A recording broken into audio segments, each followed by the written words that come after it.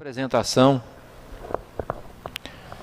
nós fizemos aquele en passant, porque não era um mergulho profundo, impossível fazer, pelas obras básicas. Tivemos a apresentação de O Livro dos Espíritos, todas as partes, desde a introdução, ou melhor, de um capítulo que era do resumo da doutrina espírita feita por Allan Kardec. Tivemos o Livro dos Médiuns, o Evangelho, o Céu e o Inferno, a semana passada a Gênese. Nós vimos Kardec. Vimos também uma aula sobre o movimento espírita, dada pelo Gilson. E hoje, nós vamos caminhar numa outra temática, não falando em Kardec, mas o movimento pós-Kardec. As obras básicas nós estamos fundamentados em Allan Kardec. E agora nós vamos caminhar no pós-Kardec. O composê da figura chama a nossa atenção e o fará durante a apresentação algumas reflexões. Evidentemente, reflexões que cada um deve fazer. Porque de maneira nenhuma ela será uma imposição, porque não reflete a universalidade do ensino dos espíritos, que Kardec diz que é o aspecto mais importante que nós temos que observar. Muito bem. O movimento pós-Kardec, nós podemos dividi-lo em etapas. Quais seriam essas etapas? Nós sabemos que a história da humanidade ela se divide em dois períodos: antes de Cristo e depois de Cristo. E o movimento pós-Kardec? Nós poderíamos fazer uma divisão desse movimento? Podemos também fazer uma divisão em duas etapas, em dois ciclos, vamos assim dizer. O primeiro, antes de Chico Xavier. E o depois, e o segundo, a partir de Chico Xavier. Portanto, Chico Xavier passa a ser também um marco norteador para todos nós, e veremos no transcorrer da nossa apresentação o porquê de estarmos colocando esta aula para a nossa reflexão. Vocês ouviram, numa apresentação feita pelo Gilson do Movimento Espírita, pela Nara, que fez a introdução. Foi a Nara que fez a introdução, não é? Isto. Que a doutrina espírita, ela tem uma característica de ciência, de filosofia e religião.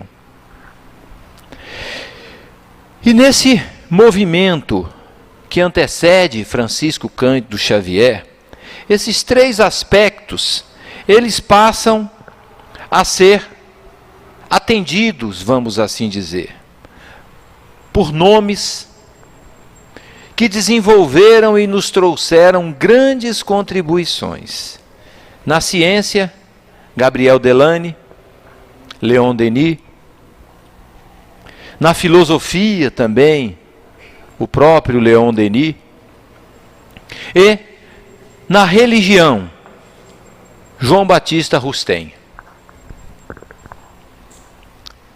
A partir de Chico Xavier, aí nós temos uma realidade diferente.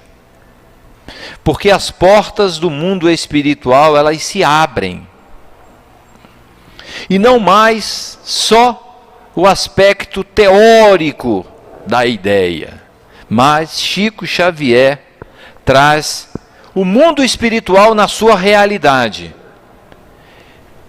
e faz a complementação da obra de Allan Kardec.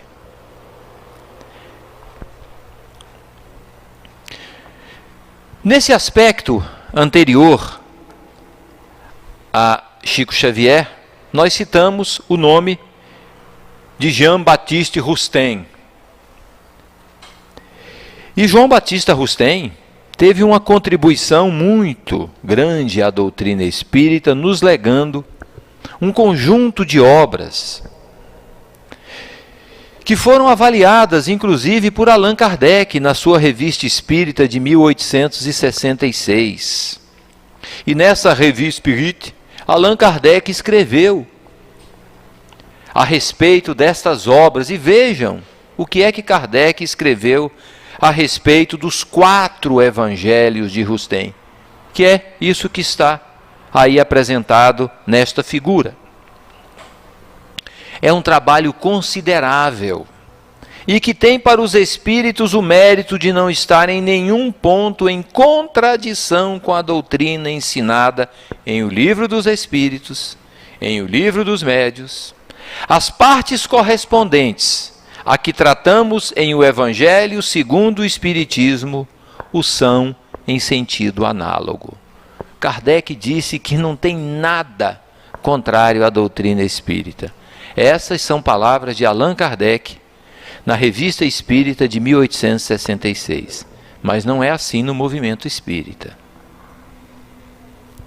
E muito especialmente em função de algumas ideias que são trazidas por João Batista Rustem no seu primeiro volume, a respeito do corpo fluídico de Jesus. Existe dentro deste campo um celeuma no movimento espírita.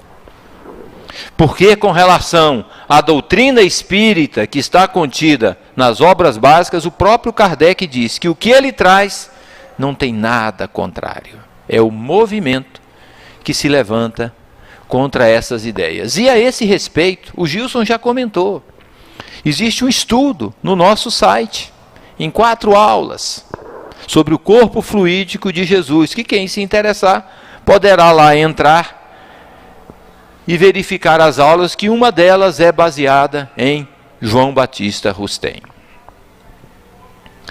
Um outro que nós não podemos deixar de falar, e ele é citado aqui, e será citado muito na aula da semana que vem, é Leon Denis, que conheceu o Livro dos Espíritos aos 18 anos de idade, e disse que encontrou nele a solução clara, completa e lógica acerca do problema universal. E se transformou num baluarte do movimento espírita, com obras que nós estamos aqui mostrando.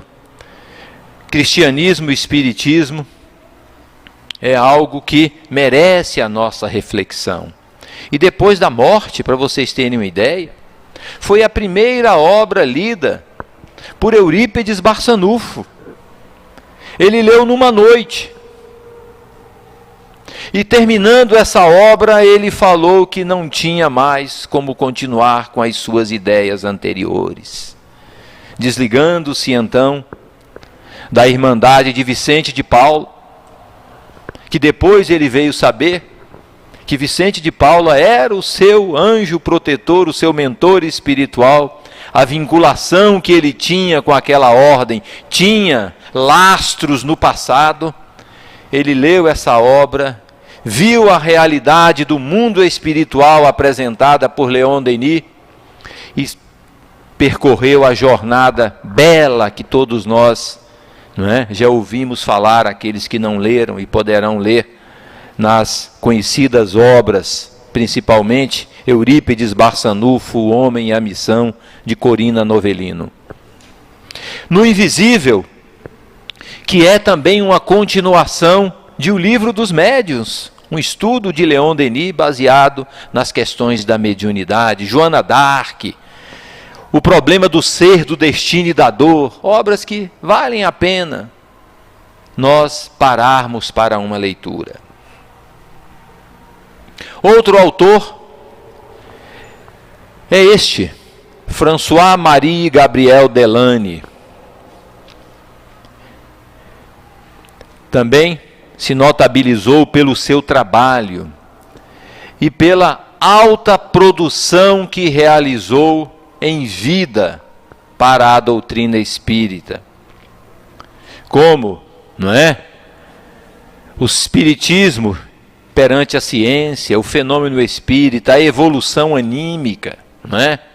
Pesquisas sobre a mediunidade, a alma é imortal, não é? Aparições, não é? Materiais dos mortos e dos vivos, não é? Em 2 volumes, e a obra Reencarnação.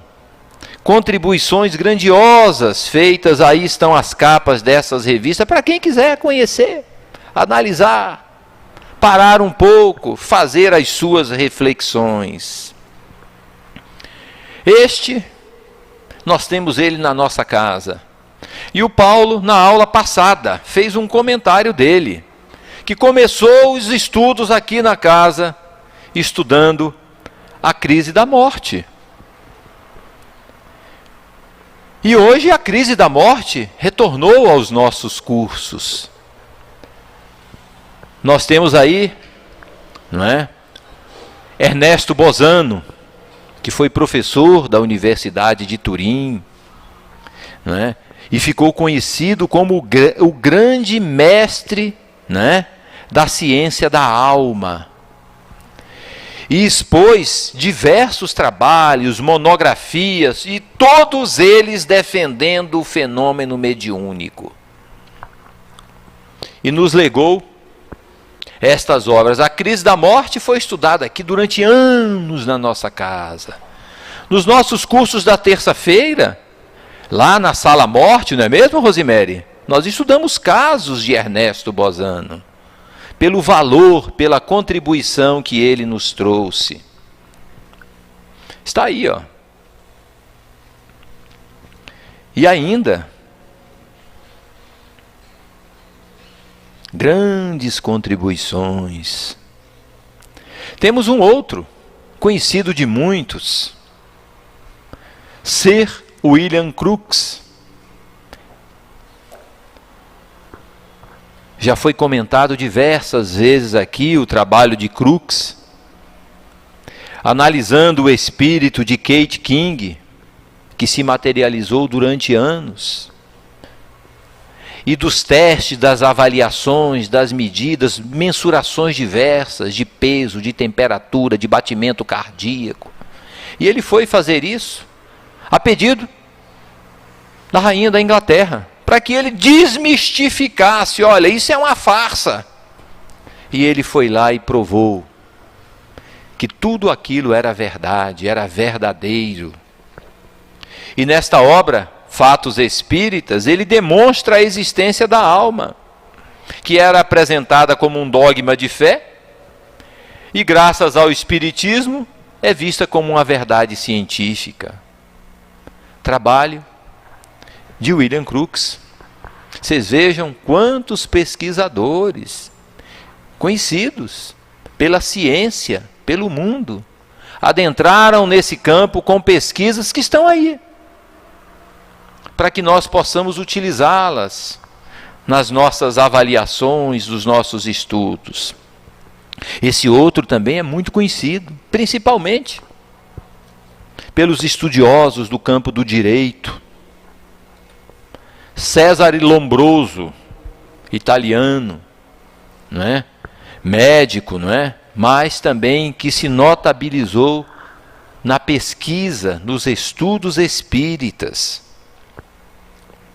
utilizando a médium Eusápia Paladino, realizou diversos estudos, diversas avaliações, diversas pesquisas, e deixou esta obra, Hipnotismo e Mediunidade.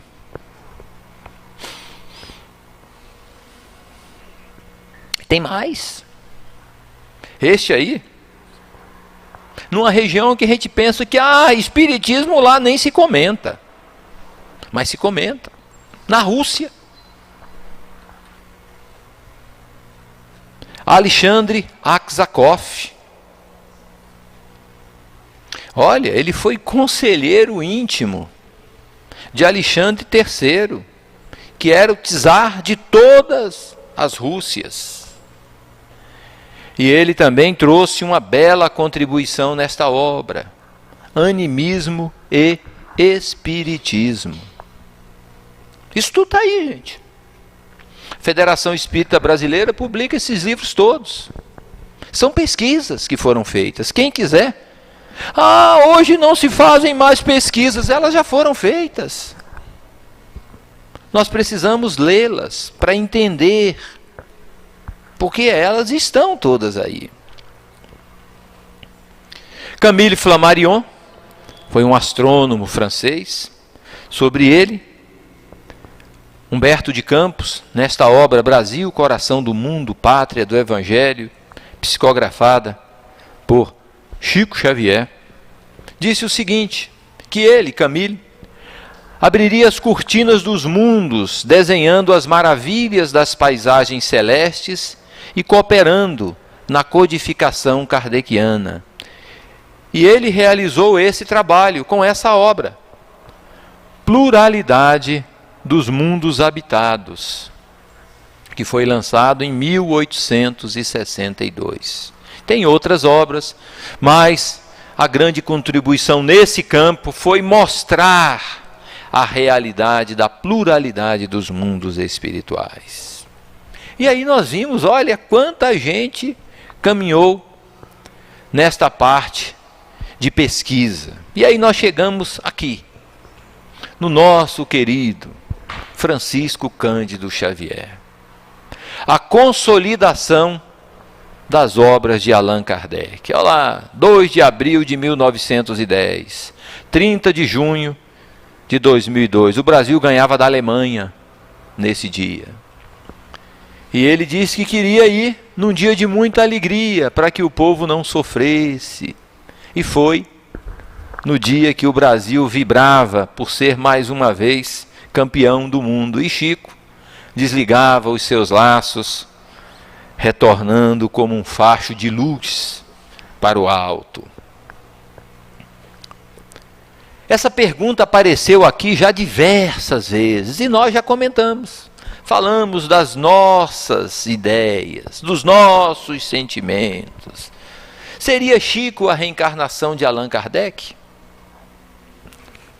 Em obras póstumas, numa resposta que foi dada pelo Espírito Verdade, vocês se lembram do Espírito Verdade, quando a Nara fez a apresentação de Kardec? Aquele que falou, uma vez por mês, durante 1/4 de hora, estarei convosco, auxiliando na obra da codificação, lá de O Livro dos Espíritos. Esse Espírito Verdade, respondendo a uma pergunta de Kardec sobre a sua permanência, e sobre o seu trabalho, disse o seguinte: não permanecerás longo tempo entre nós. Terás, entre nós, eles, espíritos, terás que volver à terra para concluir a tua missão, que não podes terminar nesta existência. Isso está escrito lá na obra. Quem quiser, basta pegar obras póstumas. E aí Allan Kardec fez uma nota de rodapé. Allan Kardec fez uma nota de rodapé que é a seguinte: calculando aproximadamente a duração dos trabalhos que ainda tenho de fazer, e levando em conta o tempo da minha ausência e os anos da infância e da juventude, até a idade em que um homem pode desempenhar no mundo um papel, a minha volta deverá ser forçosamente no fim deste século ou no princípio do outro. 1910 é princípio. Não disse nada.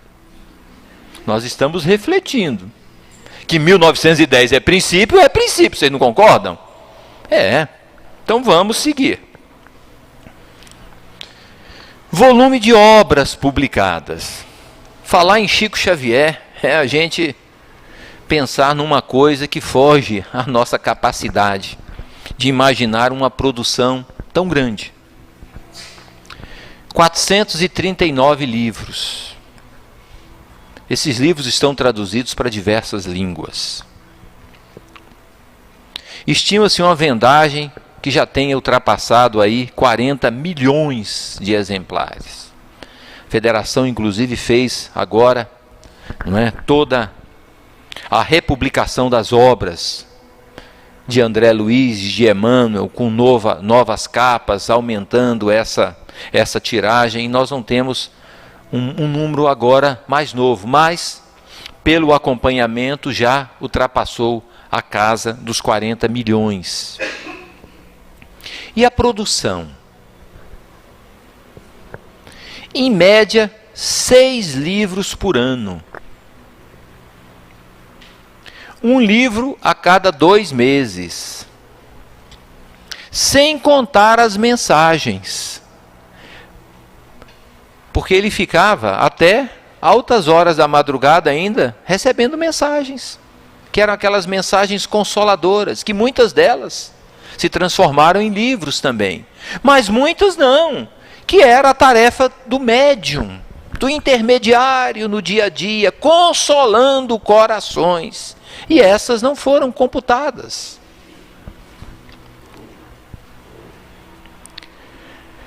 Agora, para ver essa produção toda, nós temos que parar um pouquinho e fazer uma reflexão em torno do trabalho mediúnico dele. E Gilson, na aula de O Livro dos Médiuns, ele caminhou nessa linha, abrindo a nossa mente para essas questões da mediunidade. Do que os espíritos necessitam num processo de comunicação. E vamos parar um pouquinho para entender. Eles necessitam, isso está lá no Livro dos Médiuns, e o Gilson já comentou isso aqui, dos arquivos pessoais do passado. Eles precisam encontrar na nossa mente arquivos do passado, do vocabulário do presente e das facilidades intelectuais e morais. E dizem os espíritos, e está lá em O Livro dos Médiuns. Deixa eu puxar assim, que eu estou vendo um ali, que é o Kennedy. Ele está puxando a cabeça para conseguir ler. Aí, melhorou, Kennedy? Está vendo? Aí. Quando encontramos em um médium o cérebro povoado de conhecimentos adquiridos na sua vida atual e o seu espírito rico em conhecimentos latentes, é aquilo que já existe, obtidos em vidas anteriores, de natureza a nos facilitarem as comunicações, dele, de preferência, nos servimos. Para receber essas 439 obras, de cunhos mais variados, porque vocês viram, nós citamos ciência, filosofia e religião, e aqueles autores, o Rustem, o Delane, o Denis. Chico trabalhou nessas 3 áreas, da ciência, da filosofia e da religião. Portanto, o seu espírito trazia latente esses conhecimentos.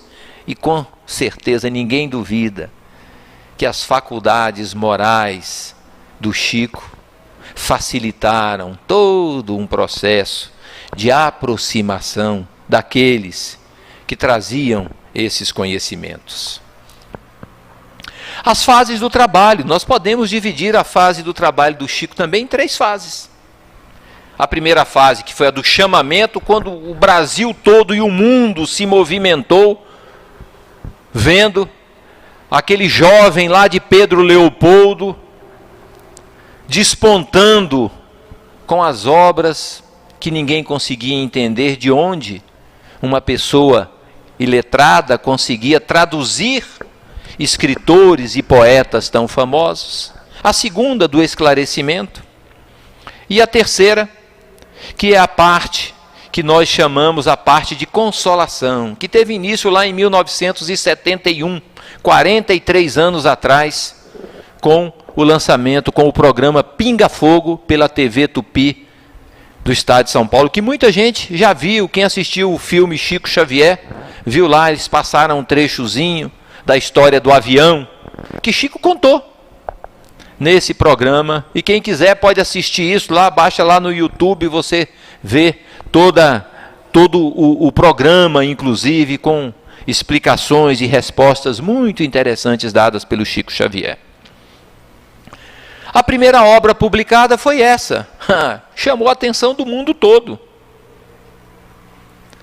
porque eram 56 poetas, e poetas respeitadíssimos, não é? Guerra Junqueiro, Olavo Bilac, Bittencourt Sampaio, Alfonso de Guimarães e o Chico, trazendo então a poesia de todos eles, que estavam do outro lado, vivos, falando, eu quero escrever.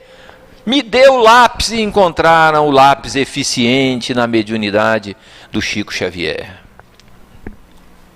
Depois vem a obra da sua querida mãe, Maria João de Deus, que depois assinou várias obras só como João de Deus. E traz então aí esta Cartas de uma Morta. E ainda nessa primeira fase surge a figura de Humberto de Campos, escritor brasileiro, maranhense, membro da Academia Brasileira de Letras, famoso, respeitado pelo seu trabalho. O caso de Humberto de Campos, em 1944, a viúva moveu contra Chico Xavier e a Federação um processo. E nesse momento, então, Humberto de Campos muda o nome. Se lembram a questão do pseudônimo, que perguntaram aqui para Rosemary? Por que Allan Kardec não usou o nome de Hippolyte Léon Denisard Rivel? Aí nós falamos, a questão do uso do pseudônimo. O próprio Humberto de Campos fez essa opção para evitar problemas. E todas as obras que nós vemos hoje dele têm a assinatura de Irmão X, porque quando vivo, ele assinava como Conselheiro 20, 2x em algarismos romanos. Aí passou a ser só o Irmão X, pela metade. Deixou o corpo, aí só ficou o espírito e ficou a metade, né, Paulo? E aí ficou, isso é uma dedução minha, isso não está escrito em lugar nenhum, hein, gente? Tá? Não é universalidade, né, Paulo? Isso é o pensamento do Edilson, tá bom, gente? A segunda fase é a fase do esclarecimento. Aí surge o quinto evangelista. Essa ideia do quinto evangelista foi trazida aqui pelo Carlos Bacelli, lá de Uberaba, numa palestra feita aqui nesse salão. E Emmanuel foi quem teve a maior produção com Chico Xavier. 132 obras, 32% da produção. Aqui se inicia a consolidação das obras de Kardec, justamente com o início do trabalho de Emmanuel. Para vocês terem uma ideia, o Gilson fez aqui a apresentação do Evangelho e comentou que o Evangelho, nós temos 5 partes dele. Mas Kardec focou no Evangelho segundo o Espiritismo em uma parte, que era o ensino moral. Não é isso? Os atos comuns da vida do Cristo e todos esses outros fatos não estão no Evangelho segundo o Espiritismo. Mas em Chico Xavier está. Tudo isso foi trazido. E olha, com que beleza. Há 2000 anos, 50 anos depois, Paulo e Estevão, Ave Cristo, e ainda temos a obra, né, que pega essa sequência, mas não está dentro dessa história, porque já em outro momento, não é naquela fase de Roma, que é a obra Renúncia, que Eduardo, não foi o Eduardo que comentou? Foi o Eduardo, né? Que conta a história de Alcíone, né? Que desce de um mundo, não é? Evoluído para vir aqui trabalhar no resgate de alguém muito amado pelo seu espírito. É uma história belíssima. E no final nós vemos ali que aquele espírito ainda não consegue vencer as tribulações da matéria e permanece ainda no sofrimento e na dor. Nessas obras aqui, Chico traz a beleza das relações dos cristãos, da relação com o Cristo, os sofrimentos e tudo mais. Uma continuação clara de uma parte que não foi abordada lá por Allan Kardec, mas foi por Chico Xavier. E ainda traz mais, as páginas evangélicas. Olha, essas 4 obras aqui são obras de cabeceira. São as passagens dos evangelhos, Mateus, João, Lucas, Marcos, com explicações de Emmanuel, considerações de alta profundidade para a nossa vida. Na segunda fase ainda, em 1943, surge a figura de André Luiz. A coleção A Vida no Mundo Espiritual, que são essas obras todas de André Luiz. 37 obras foram ditadas por André Luiz. 9% da produção psicográfica de Francisco Cândido Xavier. Aqui se inicia o descortinar do mundo espiritual também, consolidando as obras de Allan Kardec. Aí o mundo espiritual é aberto. A realidade do mundo espiritual. Vejam, para nossa reflexão, complementa ou não complementa? O Livro dos Espíritos, o Céu e o Inferno. Nosso Lar e os Mensageiros. No Livro dos Espíritos nós não temos as informações do mundo espiritual? Todas as informações. Mas como é que é a realidade do mundo espiritual? Como eles vivem? Como eles trabalham? Como são as relações sociais? Como eles se alimentam? Onde eles vivem? Isso tudo é na obra de Francisco Cândido Xavier. Se em Allan Kardec nós temos a base da fundamentação, em Chico Xavier nós temos a aplicação, a demonstração de como tudo isso ocorre, como tudo acontece. Pegamos ainda essas mesmas obras, Livro dos Espíritos e o Céu e o Inferno. Nós não temos nele a pluralidade das existências, lei de causa e efeito, missionários da luz, entre a terra e o céu, ação e reação, casos, narrativas, mostrando a realidade da pluralidade das existências e a lei de causa e efeito. Demonstrações. O Livro dos Médiuns. Aí nós temos muito daquilo que nós estudamos aqui na casa, em estudando André Luiz, na fase da mediunidade. Nos domínios da mediunidade, libertação, sexo e destino, detalhamentos e aplicações da mediunidade, do efeito moral do médium nas comunicações, da preparação do médium, processo obsessivo, tudo isso é desdobrado nas explicações que essas obras de Francisco Cândido Xavier nos traz. E aí mais, Livro dos Espíritos, dos Médiuns, a Gênese, explicações e desenvolvimento sobre perispírito, criação, obsessão, sexo, mediunidades. Onde é que nós encontramos isso? Evolução em 2 mundos, mecanismos da mediunidade, desdobramento em detalhes de todos esses elementos. A terceira fase, que nós dissemos que é a da consolação, surgiu com a publicação, não é, da primeira coletânea de mensagens de Chico Xavier. Depoimentos, respostas e notícias. Nessas obras, Jovens no Além, Claramente Vivos, Amor e Saudade, obras que nós conhecemos.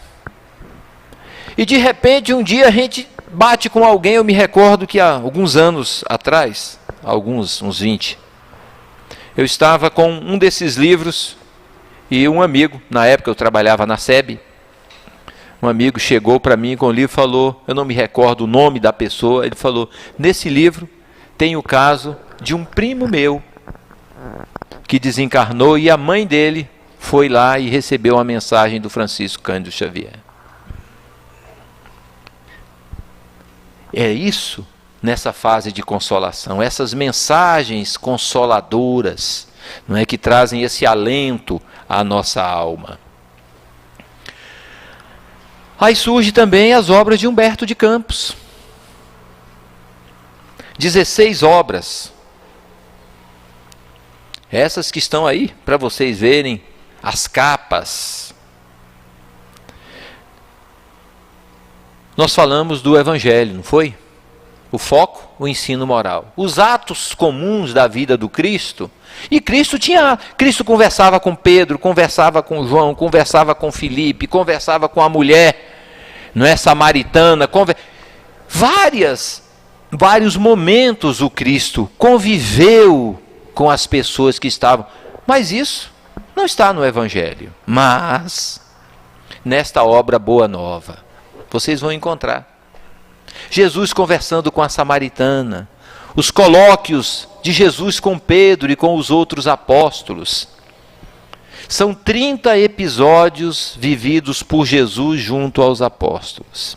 Esta obra, Humberto de Campos, Espírito, foi levado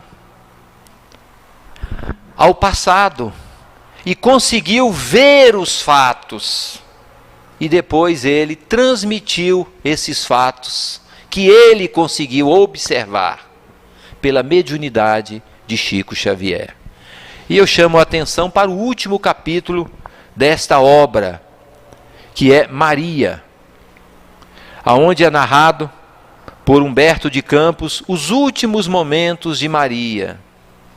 Lá em Éfesos, quando ela se desliga do seu corpo, antes vai visitar as sofredoras no Esquilino, que serão também sacrificadas, e vem o seu desencarne, e ela é recebida pelo seu filho, entrando então no mundo espiritual e se transformando, como diz Áureo na obra Universo e Vida, na grande advogada de todos nós.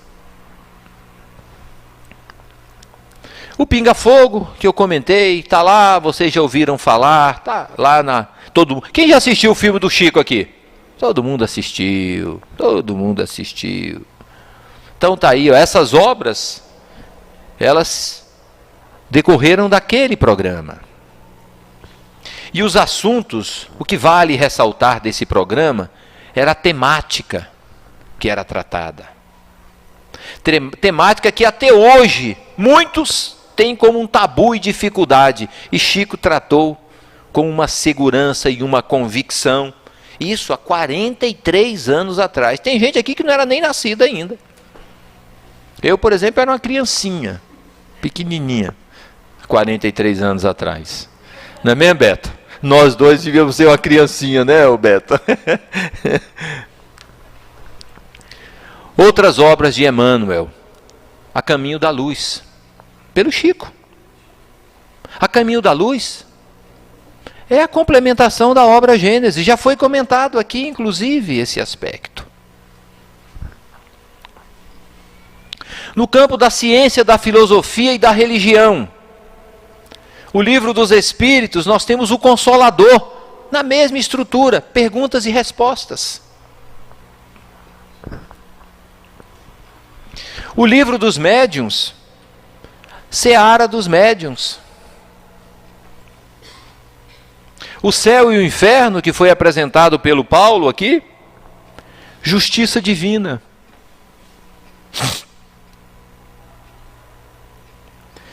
E também foram feitos estudos da autenticidade. Não é? O Dr. Parandréia, não é? Fez um trabalho, quem tiver interesse, quem gostar desta área, poderá adquirir o livro e fazer então as suas avaliações, não é?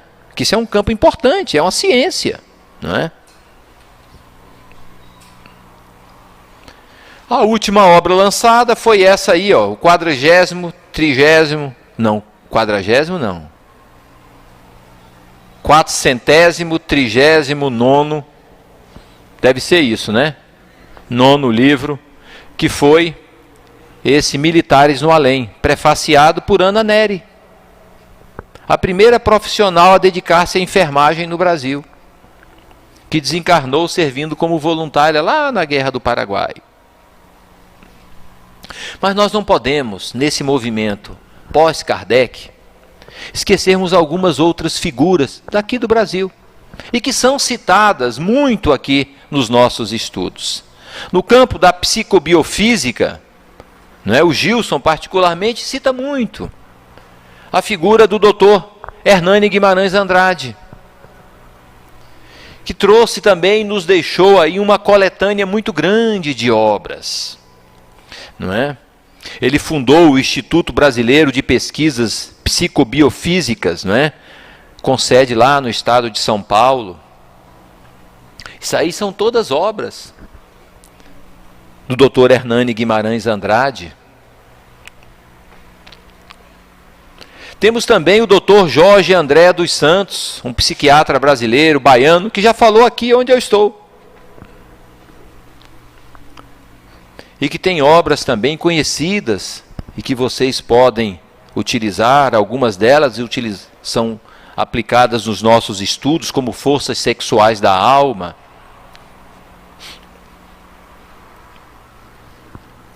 E temos esse, por quem nós temos um grande amor, um grande sentimento, que é a figura de Hernani Santana, que é o médium das raízes da nossa casa, desde os seus primórdios no estado de São Paulo, quando o Dr. Gilson pai iniciou no seu trabalho e foi pela mediunidade de Hernani Santana que os mentores dessa casa iniciaram os contatos e as orientações. Hernani Santana fundou esse salão, é o autor da obra Universo e Vida, que foi a base da nossa primeira aula, dada pela Rosemary, sobre o Cristo. Quem se interessar um pouco para conhecer essa figura, no nosso site eu vou mostrar, lá no histórico nós temos vários vídeos, no qual ele fala, não é? Sobre diversas temáticas, inclusive sobre os mentores da nossa casa, sobre os contatos e tudo mais. Nós temos aí as obras de Hernani Santana e a obra Universo e Vida, que também está no nosso site agora, para quem se interessar como um estudo. Olha aqui, nós temos, quem quiser conhecer um pouco o Hernani, histórico, vocês estão vendo, quando abre o site, aí abre essa janela aqui. E aí tem ele falando, saída dos espíritos da Terra, da grande transformação, que o pessoal tinha medo de um tal de um planetão. E aí ele faz comentários sobre isso aqui, sobre a Mãe Zifirina, não é? Sobre o Dr. Gilson, né? As informações sobre Áureo e um monte de outros. Quem se interessar pode entrar. E tem uma palestra de 22 minutos sobre família, que vale a pena parar um pouquinho para ouvir e refletir, aqueles que se interessarem, evidentemente. E sobre o Universo e Vida, aqui, esse banner novo aqui foi colocado com o curso que foi dado pelo Gilson, durante um período de 4 meses, são 12 aulas. Nós temos as gravações de todas essas aulas.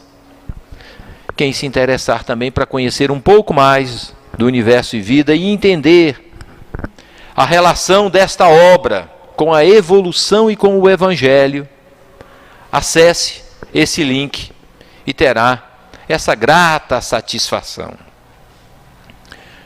Temos também a figura de Manuel Filomeno de Miranda, que trouxe pela mediunidade de Divaldo Franco também uma coletânea grande no campo da mediunidade, da obsessão,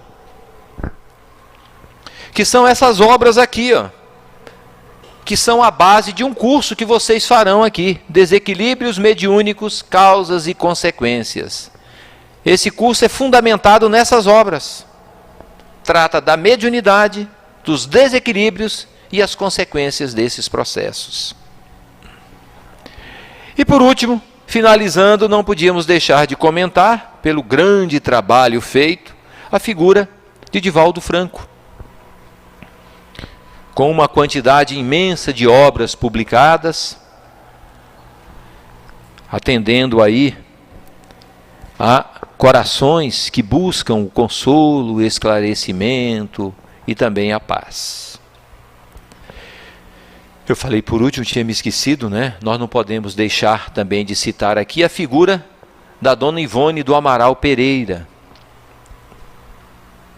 que também, pela sua mediunidade, nós temos a contribuição de diversas obras. A primeira, relacionada aqui, Memória de um Suicida, já foi comentada aqui por nós. Ela foi ditada pelo espírito Camilo Castelo Branco, escritor português que se suicidou, e veio pela mediunidade da Dona Ivone trazer então o depoimento do nível de sofrimento e de dor pelo qual o seu espírito passou após o corte do laço que só a Deus pertence. Estabelecer o momento para que ele seja feito. E essas outras obras que estão aí. Dramas da Obsessão já foi alvo de estudo da nossa casa e ainda tem temas, não é, que são abordados em salas nossas de estudo.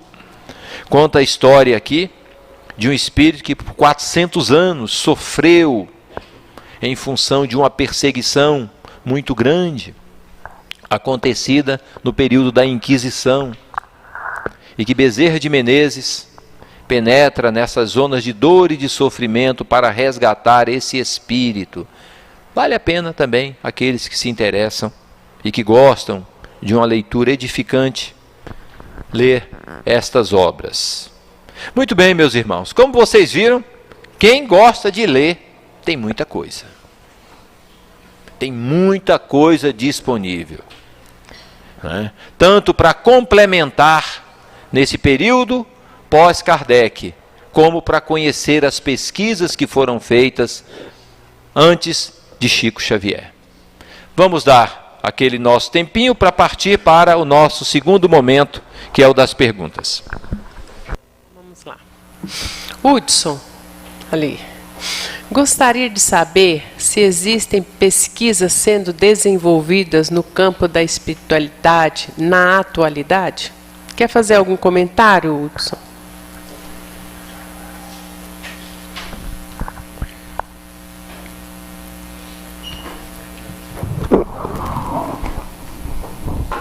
Olha, a ciência espírita propriamente dita foi desenvolvida por Kardec e se fundamentou no seu objeto, que é o espírito. Para atingir esse objeto, só é possível até hoje através da inteligência, da razão.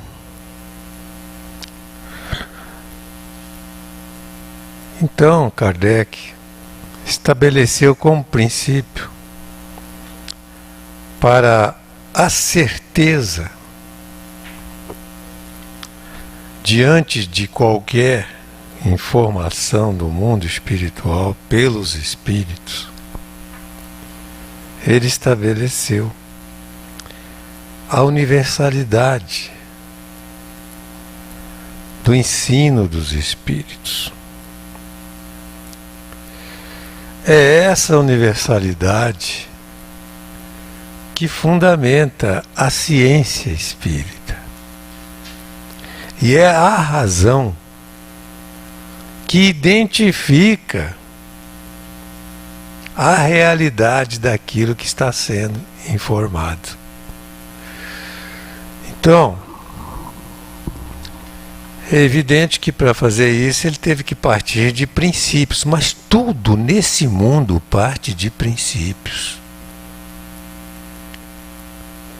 Por exemplo, quais são os princípios que ele teve que partir? Que a alma existe.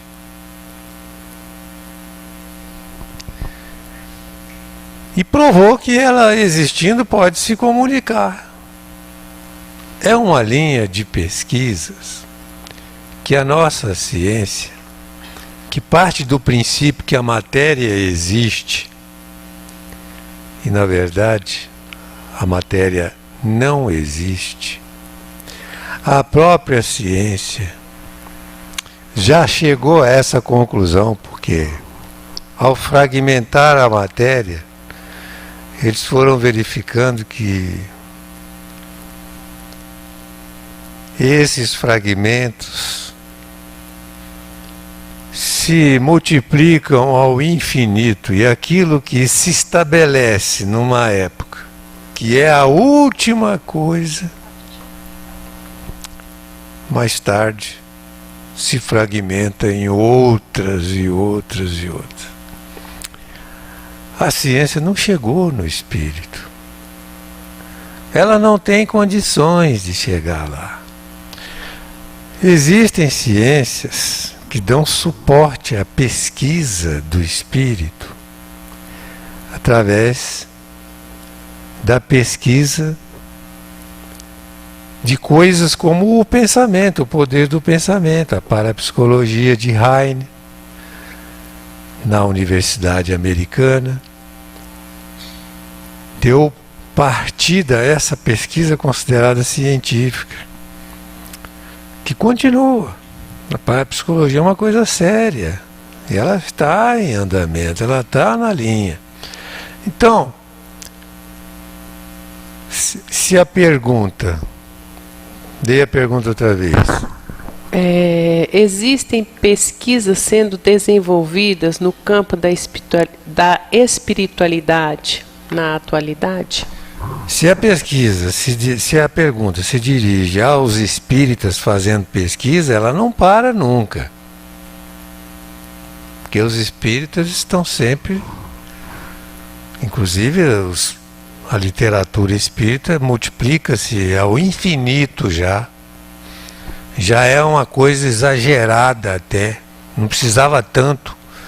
Mas é uma demonstração dessa pesquisa, dessa relação, dessa busca, dessa confirmação de ideias, de informações, de realidades, etc. No meio disso tem muita perturbação também, mas nosso site tem algumas informações que te ajudam a não cair em todas. Se for isso, continua. Se for a ciência propriamente dita, é preciso que se esclareça que a ciência não confirmou nada oficialmente ainda. Ela não chegou no espírito. A ciência não diz que a alma existe. Ela não conseguiu ainda chegar nem no corpo espiritual.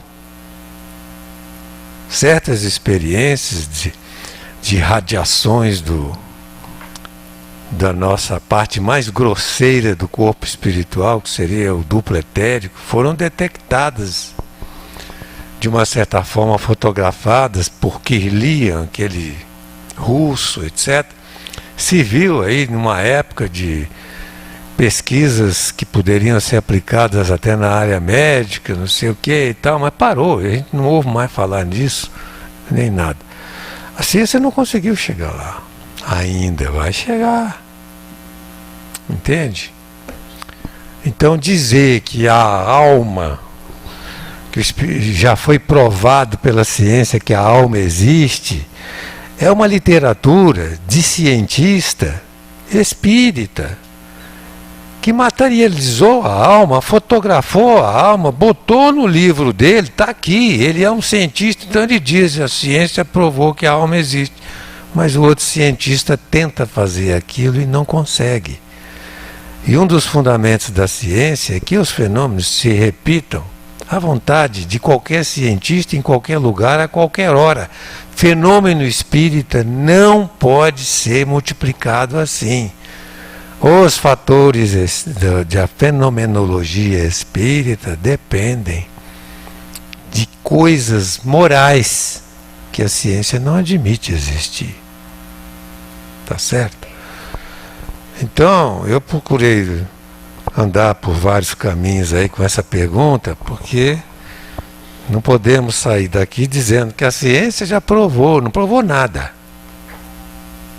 Ela vai provar ainda, mas ainda não provou coisa alguma a respeito da existência do espírito, do mundo espiritual. Isso para a ciência é uma balela ainda. Eles saem por aí de foguete e não veem nada, ainda estão nessa. Quando a gente já sabe que esse salão aqui está cheio de espírito, se eles se materializassem aqui agora para nós todos, seria um horror. Todo mundo sairia aí desesperado. Que é isso, meu Deus? Eu preferia continuar não vendo, porque muitos nem são bonitos assim, né? Então, é apenas uma reflexão, gente.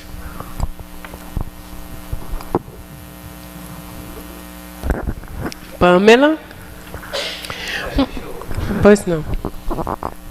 O caso, o Edilson colocou aí um slide quando estava falando de William Crookes, que a pedido da rainha fez aquelas pesquisas e tal, materializou o espírito Kate King com a médium Florence Cook durante 3 anos. Não é brincadeira não, gente. 3 anos levando para essas reuniões cientistas, os mais importantes da época, todos ali conferindo, confirmando, identificando, etc. Então no livro dele ele escreve: a ciência confirma a existência da alma, e ele confirmou pessoalmente, etc, etc, etc. Fazer o quê? O outro cientista materialista que não acredita em nada daquilo, ele já dissolve as possibilidades de muitas ocorrências, porque ele está com o espírito, vamos dizer assim, negativo e destrutivo. A falta de confiança naquilo que se vai fazer, em termos de pesquisa espírita, vamos dizer assim, abafa a possibilidade do fenômeno. De uma certa forma, nem sempre, mas de uma certa forma. Então a coisa precisa ser vista com Allan Kardec, estudada no livro dos médiuns, para a gente entender isso.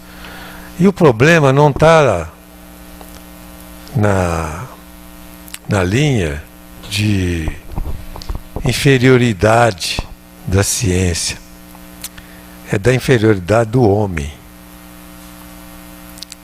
Esse é o problema. Então os espíritos esclarecidos, eles falam o seguinte: olha, não se pode desvendar todos os, digamos, segredos da vida em todos os planos.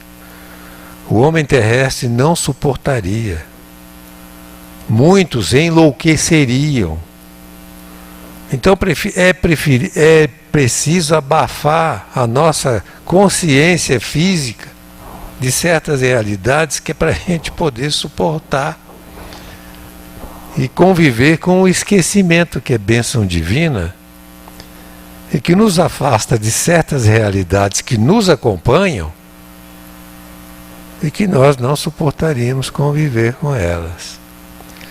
É uma lição que nos está sendo passada aos poucos por causa da nossa inferioridade. Acredite se quiser, mas nós somos criaturas rebeldes à lei de Deus. Isso foi esclarecido pelos Espíritos, está lá no Evangelho segundo o Espiritismo, capítulo 3, com todas as letras e todas as imagens possíveis. Nós somos rebeldes à lei de Deus. Estamos isolados da comunidade cósmica por causa dessa rebeldia. A gente fica procurando a vida em outros mundos, etc., gastando bilhões de dólares por ano pesquisando vida no espaço, com aquela curiosidade, e nem consegue confirmar a vida microbiana fora da Terra. É uma espécie de castigo para materialistas aprenderem a procurarem Deus dentro de si mesmo. Quando isso acontecer e o amor nos alcançar, nós vamos ver a vida em tudo, em todas as partes, e ter olhos para enxergar e méritos para nos relacionarmos com ela. É essa a linha do pensamento de espíritos adiantados que orientam o pensamento através da doutrina espírita.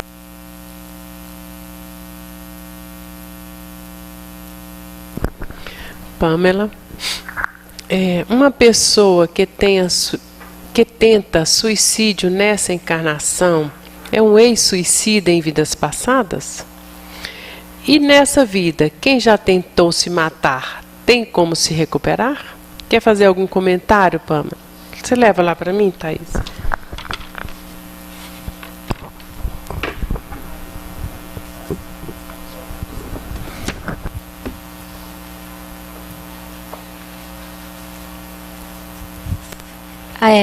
A pergunta é porque eu tenho uma amiga muito próxima que há um ano atrás ela tentou suicídio, mas fracassou.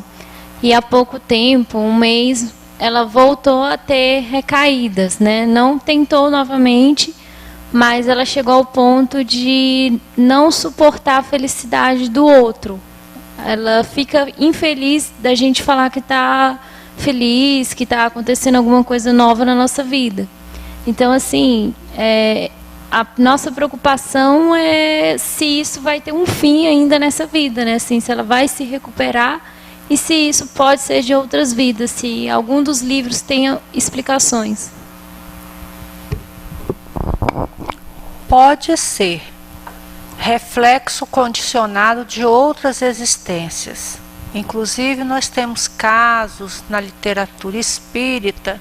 Chico Xavier aborda um caso interessante de uma mãe que procurou uma orientação porque o filho tinha nascido cego, tinha nascido surdo, sem os braços, né, parece, e tinha aparecido uma doença nas pernas e que o médico estava decidido a amputá-las, né? E a mãe foi pedir uma orientação a Chico Xavier se deveria seguir a orientação do médico. E ele então, inspirado por Emmanuel falou para ele dizer a essa mãe que aquela criança já havia cometido tentativas de suicídio em existências passadas, que por 10 vezes consecutivas, e trazia esse reflexo condicionado, e que naquela idade ainda infantil, com as 2 pernas, ela estava procurando alguma forma de dar cabo na sua vida, de se atirar por uma janela, não é? E que aquela doença já tinha vindo em socorro desse espírito e que era para seguir a orientação do médico, de acordo com aquela enfermidade, deveria se amputar as 2 pernas da criança. Então, pode ser, mas não obrigatoriamente aquele que tenta um suicídio nessa existência, por 1 ou por 2 vezes, está condicionado a tentativas do passado.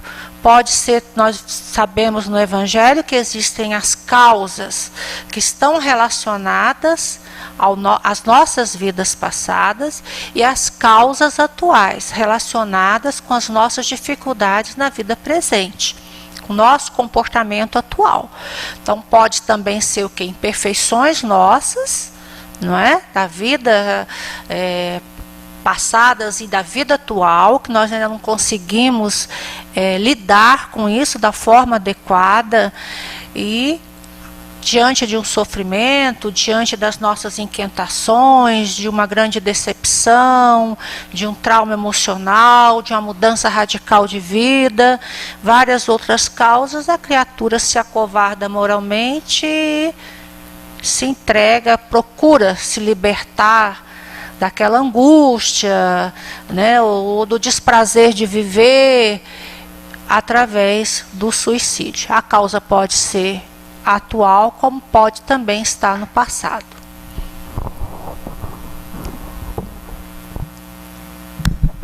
A pergunta menciona também se tem jeito, né? Tem, é isso mesmo. Tentou matar, tem como se recuperar? Deus nos deu essas possibilidades todas, né? Deus nos deu a liberdade de ser donos da nossa vida, de ser os agentes da nossa salvação. Então, se ela tiver possibilidades de ter acesso a informações da vida espiritual, do sentido maior das coisas que nos trazem a essa experiência, se refletir na mudança dos seus atos em função da vida, buscando dar um sentido a ela, de realização, de estudo, de conhecimento, sempre terá jeito. Talvez se ela pudesse vir a algum centro espírita, ler alguma obra da vida futura, essas coisas que nós estamos aqui bebendo com tanta sede, né? São fatores que auxiliariam muito na sua plena recuperação, na alegria de viver e no sentido que se dá à própria vida. Então, a prece, a leitura, a experiência de projetos de vida são muito salutares. E se você, como amiga, tiver alguma influência, liberdade, e ela te der também essa abertura, né? Quem sabe incentiva a vir fazer um tratamento espiritual, né? A leitura de livros, porque a própria espiritualidade nos orienta que a causa maior de todos os nossos problemas e de todos os problemas que nós estamos vivendo no mundo atual é a falta da visão espiritualizada da vida. Aquele que acredita que a vida é só esse momento aqui, dá vontade de se matar mesmo. É violência, é isso, é aquilo, é não sei o quê. É idade que chega, doença, perda de pessoas queridas. Imagina se a vida fosse só esse momento aqui. Não é mesmo? Então, essa visão ampla da vida é que nos dá, que nos mostra a beleza de todas as lutas, de todas as dificuldades, de todos os sofrimentos, de todas as decepções, como oportunidades preciosas de reparação, de aprendizado. Agora, quem não tem realmente uma visão, uma fé em Deus, no seu amor, na sua justiça, é por isso que nós estamos vendo um número alarmante de suicídios no mundo. E o número cada vez mais preocupante e crescente de depressão. Que a pessoa vai perdendo a alegria de viver, o prazer de viver, porque não tem uma visão mais ampla da vida.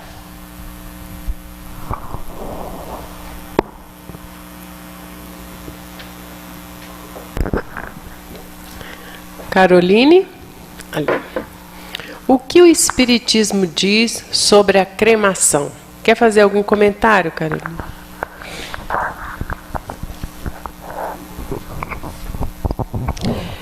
Chico Xavier esclarece num desses livros de perguntas e respostas, eu não sei se é entender conversando, então, sobre essa questão. A repercussão no espírito diante desse processo da cremação. O que ele explica é o processo desencarnatório, que a doutrina espírita também explica nos mínimos detalhes, André Luiz, com a beleza e amplitude, né, a respeito desse momento de desligamento do espírito, que esse momento varia de um para o outro espírito, dependendo da afinidade dele com a matéria.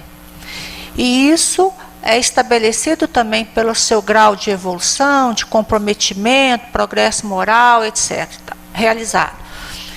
E aí, Uns podem ser desligados automaticamente, se desligam, eles próprios se desligam, outros precisam de equipes espirituais para serem desligados do corpo físico, o espírito ser desligado do corpo físico, né, os cordões fluídicos sejam totalmente,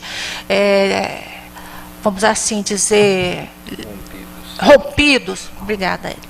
Então, isso pode variar de um determinado de momentos, de minutos, de horas, de dias, tem casos dentro da literatura. E Chico Xavier recomenda que a cremação não seja feita antes de 72 horas, não é isso? Deve-se esperar esse período para que a espiritualidade, os técnicos do plano espiritual, que geralmente estão presentes nesses processos desencarnatórios, realizando o desligamento do espírito do corpo físico, possam atuar e não ter nenhuma repercussão. É essa orientação que nós temos. Mas tem espíritos, olha a beleza do progresso, né? Progresso moral, intelectual, que o corpo morre e ele, pá, sai instantaneamente, lúcido, né, rejuvenescido, saudável. Agora, no nosso caso, de modo geral, com as nossas imperfeições, nós vamos precisar sempre da ajuda dos técnicos do lado de lá, e muita misericórdia divina.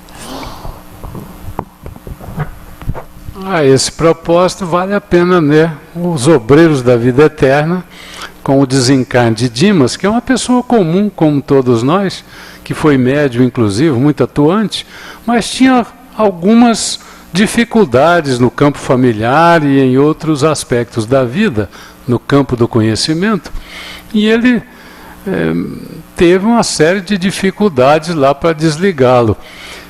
Talvez esteja aí a explicação por que esse prazo, até mesmo quando já estava acontecendo lá a velação do corpo, ainda estavam precisando de fazer os últimos desligamentos, né?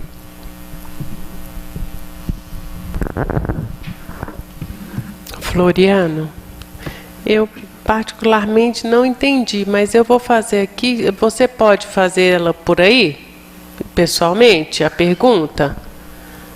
Faz esse favor. Leva ela para mim, Thaís. Aperta até ficar verdinho.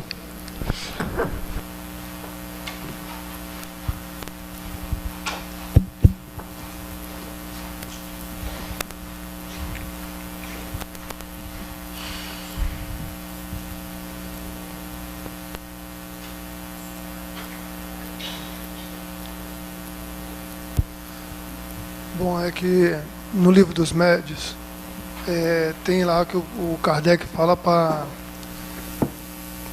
refletir, né? Na situação de refletir. Aí eu queria saber como é que é essa reflexão que ele comenta lá, que é mais aprofundada, né? Aí eu queria só saber, para se ater à reflexão.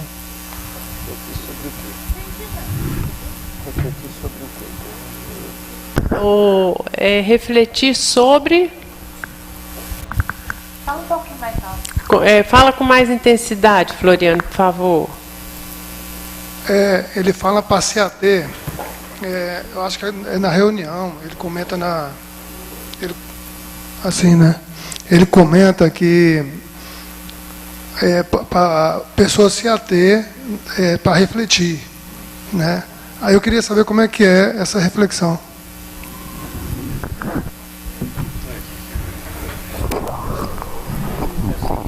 Olha, se é para reunião, como você falou, ele está falando da preparação da pessoa,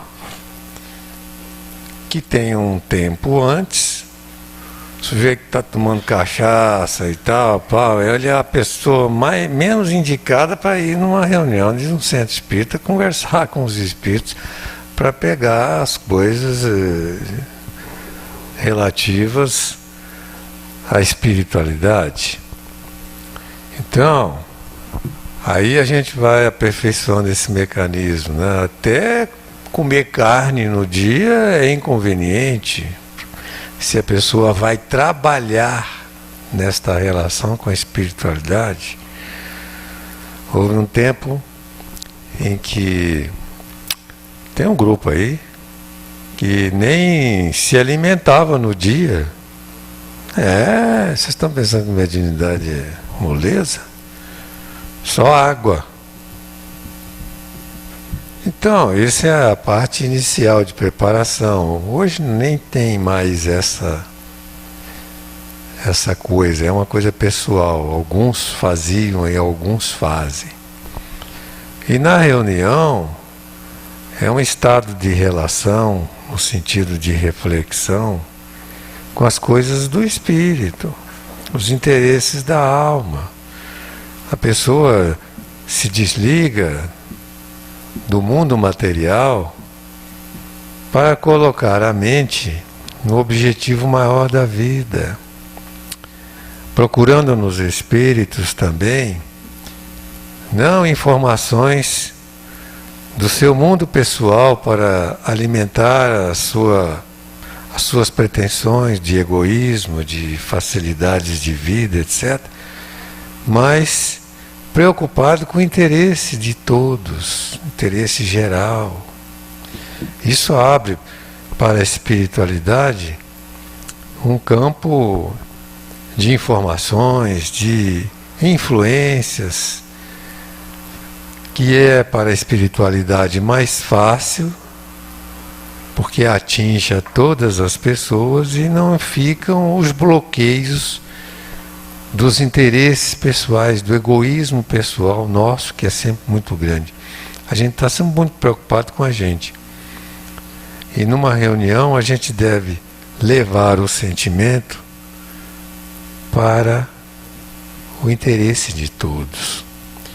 Bom, eu abordei sua pergunta dessa forma, né, baseado em que você colocou reflexões numa reunião, o livro dos médios, citado no livro dos médios. E pegando essa sequência até de pensamento que o Gilson trouxe, Floriano, na sequência dos nossos estudos, você terá a oportunidade de verificar essa linha da preparação, muito especificamente, sendo tratada com muito interesse no estudando André Luiz, na parte da preparação mediúnica. André Luiz trata nas suas obras, muito especialmente nos domínios da mediunidade, algumas apresentações de casos em que médiuns são observados na parte preparatória para um trabalho mediúnico. A irmã Celina, Dona Eugênia, Raul Silva, por exemplo, é um caso interessantíssimo. Tem um caso que você estudará, e vocês estudarão, Raul Silva assimilando correntes mentais, em que André Luiz mostra a importância do médium na preparação, ele tendo que elevar o seu padrão vibratório, enquanto o espírito procura também atenuar um pouco para que cheguem num padrão, facilitando assim o processo da comunicação. Esses mecanismos todos são estudados, daí a importância dessa questão, porque o espírito tem que chegar e encontrar um médium preparado para isso. Alguns cuidados, e aí André Luiz nessas obras comenta observações de vendo o médium, por exemplo, horas antes do trabalho mediúnico, fazendo a leitura do Evangelho, mentalizando o trabalho, mentalizando o grupo mediúnico, abrindo o seu coração numa prece ao alto e se entregando: Senhor, eu me coloco à sua disposição para o trabalho. Esses são os processos preparatórios que facilitam a questão da intervenção e do trabalho mediúnico, e que nessas obras todas e nessa sequência de estudos vocês terão a oportunidade, não é, de avaliar e de estudar. Estamos sem perguntas. Então eu vou fazer um comentário adicional ao que o Edilson acaba de falar. Existe também no site, lá naqueles, logo no início, né, no frontispício ali do site, as mediúnicas do Cefac. Não sei se ainda está com esse nome, parece que alterou o nome. O Gilson é que sabe o nome certinho. Lá tem também uma reflexão sobre preparação, já um auxílio dos nossos mentores para a realidade Cefac. Então lá tem a preparação que eles chamam de preparação contínua, que é o esforço que o médium faz para melhorar sua vida. A reforma íntima está contida nisso que eles chamam de preparação permanente. Tem a preparação mais imediata, que é aquela dos dias anteriores. O Gilson até mencionou lá, né, a questão da carne, a questão de como é que ele se prepara nas suas energias físicas e nas suas energias mentais. E a preparação imediatíssima, que é aquela sintonia fina que o dirigente faz preparando os seus médiuns para o trabalho no momento ali da atuação. São auxílios muito interessantes, todos voltados para que a gente entenda esse tipo de preparação a que menciona o livro dos médiuns para um trabalho de modo geral. Esse já é voltado para a nossa realidade aqui e está disponível lá no site do Cefac. Você entra pelo banner Reflexões. Lá tem 3 entradas. Você escolhe a mediúnicas lá. E a melhor preparação, gente, é a que a gente faz vivendo o bem todos os dias, que é a mais difícil. Eu, quando comecei a fazer preparação, eu me lembro, eu ficava o dia inteiro com a mente controlada. Eu saía de casa, né? Era muito novo, aí eu controlava todo o processo mental, que eu tinha reunião à noite, então eu tinha que chegar bem, vibrações boas. E aquilo era um esforço gigantesco, né? O dia inteiro sem poder entrar em rumos. É ou não é? Não é fácil. Passou o tempo, né? A coisa vai ficando mais fácil. A gente vai acostumando, vai acreditando naquelas coisas, vai se relacionando com as realidades da vida espiritual, vai enxergando aquilo que os olhos não veem, mas que o coração sente, e as percepções espirituais vão se ampliando. Então, chega um ponto na vida da gente em que a gente tem que se preparar para uma reunião naquele dia, sempre. Mas que essa preparação já é a própria vida, o nosso modo de ser e de viver. Meus irmãos, a coisa não é fácil, não. E você está preparada? Estou sempre em preparação, que nem você fazia. Me policiando o tempo todo para vibrar no bem, pensar no bem. É um exercício constante, é uma luta constante, né? Agora tem uma frase de André Luiz que eu nunca esqueci. Vocês vão estudá-la aí nos cursos para frente.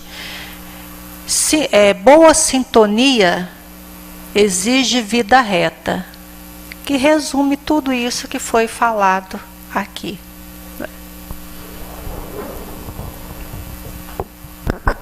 Chegamos ao final, vamos fazer a nossa prece.